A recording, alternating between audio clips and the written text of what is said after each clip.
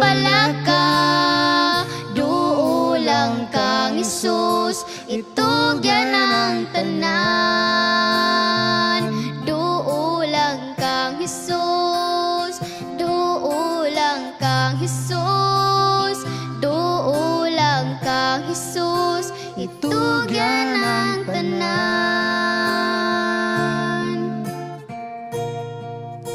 Itugyan ang tanan.